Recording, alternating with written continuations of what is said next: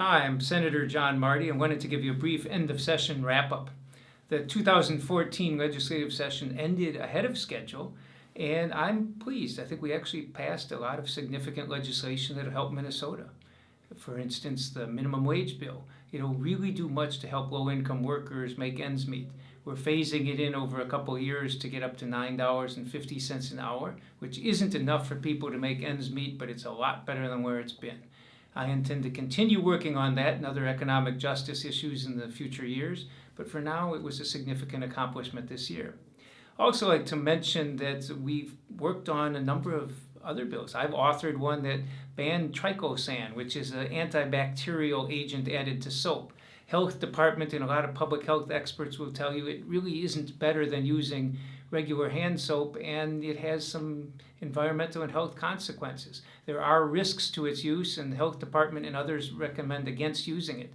And we've also found out from a groundbreaking University of Minnesota study that it breaks down in our wastewater system into various forms of dioxin, which is a serious environmental contaminant. So we are the first state that would ban Triclosan. I think that's really good news. It's not only going to affect 1/50th of the nation's products, it'll help lead other states that way, and frankly, manufacturers are getting the message. It's a marketing liability now. They used to be using it as a ploy to sell more. Our soap is better than theirs because it's got Triclosan in it. Now they're marketing products saying these are Triclosan free. So I think our law will help phase it out nationally much faster than otherwise. Another issue I'd like to mention is the Women's Economic Security Act. That was significant legislation, long overdue in a lot of ways that help women in the workplace, help women who are being discriminated against, women who have unfair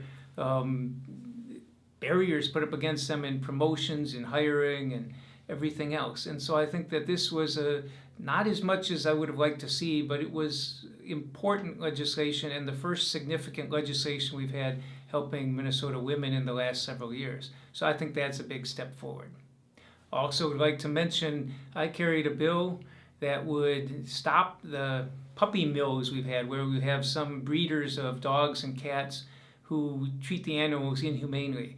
This bill will, for the first time, require state licensure and inspection of these large facilities to make sure there's no inhumane treatment of animals. I think those are just some of the key bills I'd like to point out that we've done in this year's legislative session. There's a lot of work to do. I intend to continue working on our Minnesota health plan, which would cover every Minnesotan for all their medical needs with health care instead of health insurance. We can do a lot more in terms of helping build the state economy further, but it's been a good year overall, and I'm pleased with it. If you ever have any questions or concerns, I hope you'll feel free to contact my office at 651-296-5645. Thanks a lot.